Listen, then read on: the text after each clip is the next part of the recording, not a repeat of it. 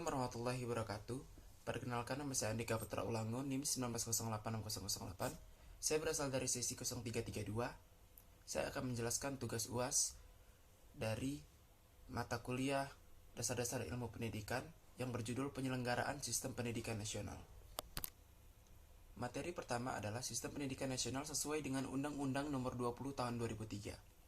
Pendidikan sebagaimana yang tertuang dalam Undang-Undang Republik Indonesia Nomor 20 Tahun 2003 Pasal 1 Ayat 1 merupakan usaha sadar dan terencana untuk mewujudkan suasana belajar dan proses pembelajaran agar peserta didik secara aktif mengembangkan potensi dirinya untuk memiliki kekuatan spiritual keagamaan, pengendalian diri, kepribadian, kecerdasan, akhlak mulia, serta keterampilan yang diperlukan dirinya, masyarakat, bangsa, dan negara.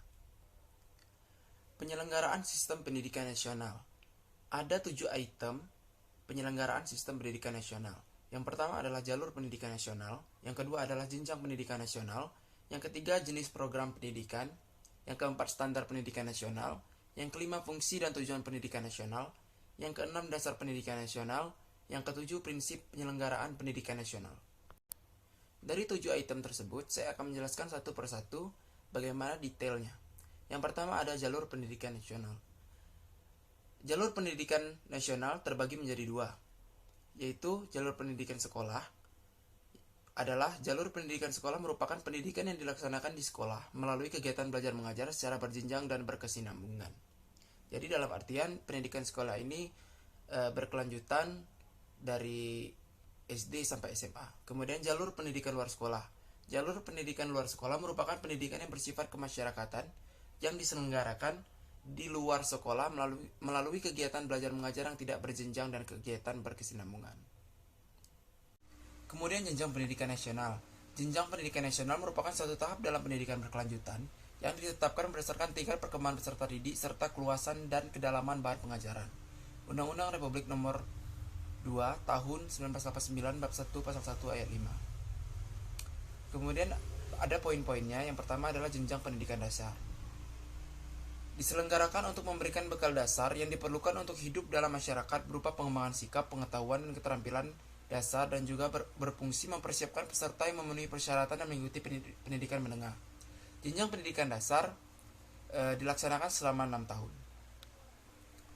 Kemudian ada jenjang pendidikan menengah. Pendidikan menengah yang lamanya 3 tahun sesudah pendidikan dasar diselenggarakan di SLTA yang berfungsi sebagai lanjutan dan perluasan pendidikan dasar. Pendidikan menengah dibagi menjadi 2, yaitu SMP dan SMA, di mana di masing-masing SMP dan SMA tersebut ditempuh selama 3 tahun. Kemudian jenjang pendidikan tinggi merupakan lanjutan dari pendidikan menengah yang diselenggarakan untuk menyiapkan peserta menjadi anggota masyarakat yang memiliki kemampuan akademik, profesional, yang dapat menerapkan, mengembangkan, menciptakan ilmu pengetahuan, teknologi, dan kesenian. Kemudian yang ketiga adalah jenis program pendidikan. Yang pertama ada pendidikan umum. Yang termasuk pendidikan umum adalah SD, SMP, SMA, dan universitas. Kemudian ada pendidikan kejuruan. Lembaga pendidikannya seperti STM, SMTK, SMIP, dan SMEA. Kemudian ada pendidikan luar biasa. Yang termasuk pendidikan luar biasa adalah SLB, SGPLB. Kemudian ada pendidikan kedinasan. Tugas kedinasan bagi pegawai atau calon pegawai suatu departemen pemerintah atau lembaga pemerintahan dan departemen. Pendidikan kedinasan berarti seorang pendidik tersebut atau orang yang sedang di pendidikan tersebut menjalankan seperti Akpol, Akmil, IPDN, dan kedinasan lainnya. Kemudian ada pun pendidikan keagamaan, melaksanakan peranan yang menuntut penguasaan, pengetahuan khusus tentang ajaran agama, seperti pendidikan yang ditempuh di pesantren, madri aliyah, ataupun sekolah yang berbasis keagamaan lainnya. Selanjutnya adalah standar pendidikan nasional. Untuk mewujudkan cita-cita luhur tersebut, pemerintah menetapkan 8 standar nasional pendidikan Indonesia yang menjadi pedoman bagi pendidik dan tenaga pendidik untuk mengembangkan kemampuan dan membentuk watak serta peradaban bangsa yang bermartabat dalam rangka mencerdaskan kehidupan bangsa. Adapun 8 poin yang dibagi dalam standar pendidikan nasional. Yang pertama ada standar kompetensi lulusan, yaitu satuan pendidikan dasar dan menengah digunakan sebagai pedoman penilaian dalam menentukan kelulusan peserta didik. Standar kompetensi lulusan tersebut meliputi standar kompetensi satuan pendidikan dasar dan menengah, standar kompetensi lulusan minimal kelompok mata pelajaran dan standar kompetensi lulusan minimal mata pelajaran.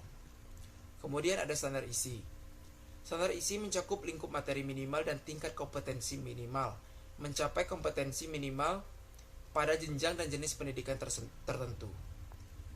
Kemudian ada standar proses. Proses pembelajaran pada satuan pendidikan diselenggarakan secara interaktif, inspiratif, menyenangkan, menantang, memotivasi, serta untuk berpartisipasi aktif serta memberikan ruang yang cukup bagi prakarsa, kreativitas, dan kemandirian sesuai dengan bakat, minat, dan perkembangan fisik serta psikologis peserta didik.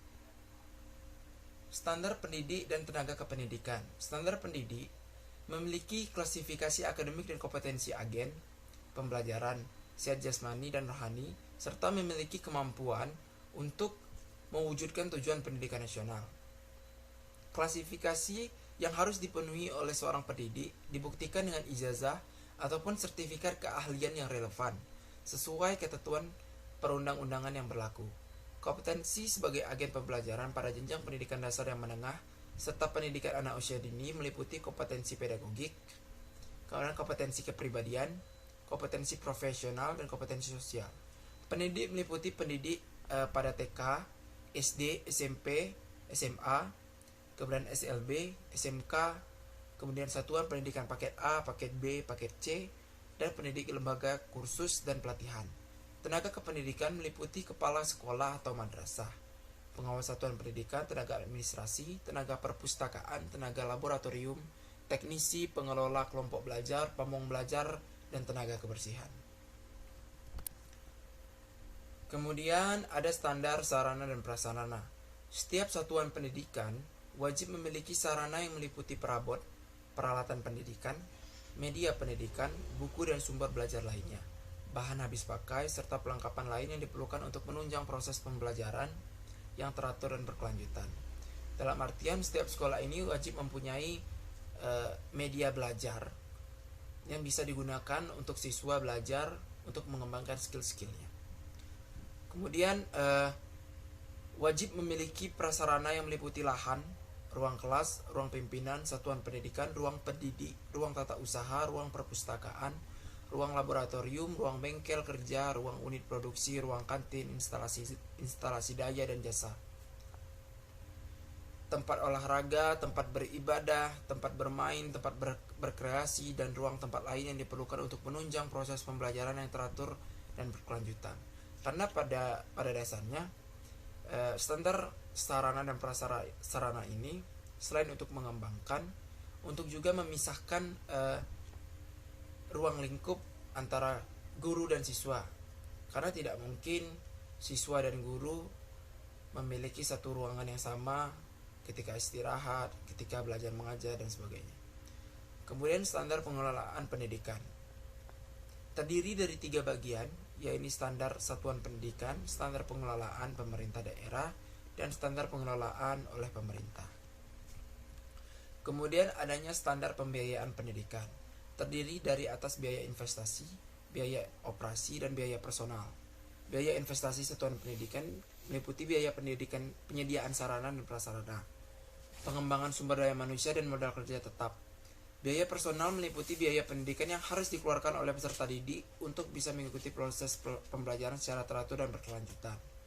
Biaya operasi satuan meliputi gaji pendidik dan tenaga pendidikan, serta segala tunjangan yang melekat pada gaji, bahan atau peralatan pendidikan habis pakai, dan biaya operasi pendidikan tak langsung berupa daya, air, jasa, telekomunikasi, pemeliharaan sarana dan prasarana, uang lembur, transportasi, konsumsi, pajak, asuransi, dan lain sebagainya. Kemudian ada standar penilaian pendidikan.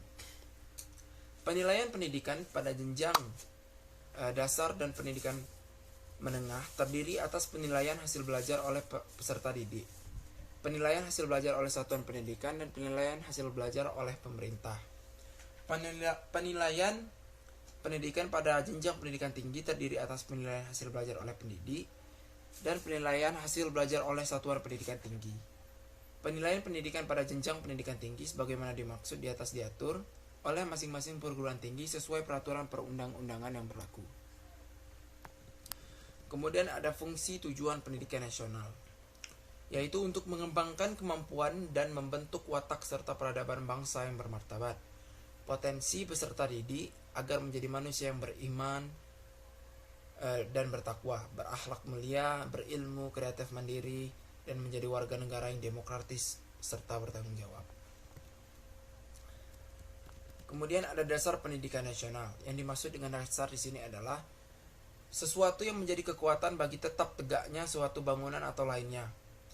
Seperti rumah atau gedung, maka pondasilah yang menjadi dasarnya. Begitu pula halnya dengan pendidikan. Dasar yang dimaksud adalah dasar pelaksanaannya, yang mempunyai peranan penting untuk dijadikan pegangan dalam melaksanakan pendidikan di sekolah-sekolah atau lembaga-lembaga pendidikan lainnya. Adapun dasar pendidikan di negara Indonesia secara yuridis formal dirumuskan antara lain sebagai berikut. Menurut Undang-Undang tentang Pendidikan dan Pengajaran Nomor 4 Tahun 1950, Nomor 2 Tahun 1945, Bab 3 Pasal 4 yang berbunyi, pendidikan dan pengajaran berdasarkan atas asas-asas yang bertakjub dalam Pancasila, Undang-Undang Dasar Republik Indonesia, dan kebudayaan bangsa Indonesia. Dan adapun Undang-Undang Republik Indonesia yang lainnya. Kemudian ada prinsip penyelenggaraan pendidikan nasional. Sesuai Undang-Undang Nomor 20 Tahun 2003 tentang Sisdiknas, ada 6 prinsip ketentuan ini. Diatur pada bab 2, pasal 4 yang diuraikan dalam 6 ayat. Berikut isi Undang-Undang Nomor 20 Tahun 2003 pasal 4. Yang pertama adalah pendidikan diselenggarakan secara demokratis dan berkeadilan serta tidak diskriminatif dengan menjunjung tinggi hak asasi manusia, nilai keagamaan, nilai kultural, dan kemajemukan bangsa. Karena pada dasarnya Indonesia ini berbagai macam budaya agama, maka dari itu tujuan adanya undang-undang ini untuk menghilangkan budaya diskriminasi, budaya menyudutkan, budaya membuli, agar setiap hak dan kewajiban dari masyarakat Indonesia tentang pendidikan dapat terlaksana dengan baik. Kemudian pendidikan diselenggarakan sebagai suatu kesatuan yang sistem terbuka dan multi makna. Kemudian pendidikan diselenggarakan sebagai suatu proses pemberdayaan peserta didik yang berlangsung sepanjang hayat. Pendidikan diselenggarakan dengan memberi keteladanan, membangun kemauan, dan mengembangkan kreativitas peserta didik dalam proses pembelajaran.